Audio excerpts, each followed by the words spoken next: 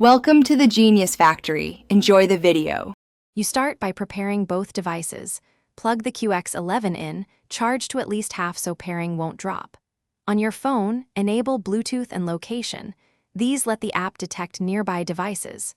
Open the Qx11 app you installed. When prompted, grant permissions for Bluetooth and notifications so watch features work.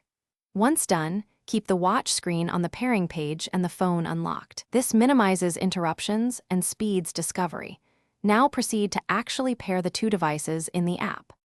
You now initiate pairing inside the companion app. Tap Add Device, pick Qx11 from the device list, and wait. Discovery can take a few seconds. When the watch name appears, tap to connect. The app will show a PIN. Make sure the PIN on your phone matches the one on the watch, then confirm on both devices. Once accepted, the app will transfer basic settings and request notification access. If the transfer stalls, cancel and retry. Sometimes waiting 5 seconds before reconnecting fixes timing issues. Finish by completing in-app setup. Allow contact sync, notification access, and health permissions so data flows both ways.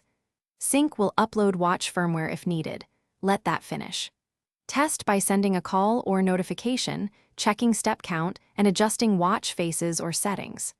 If pairing fails, reboot both devices, toggle Bluetooth and location, then open the app and pair again. One key troubleshooting tip: clear the app cache or reinstall the app if permissions seem stuck.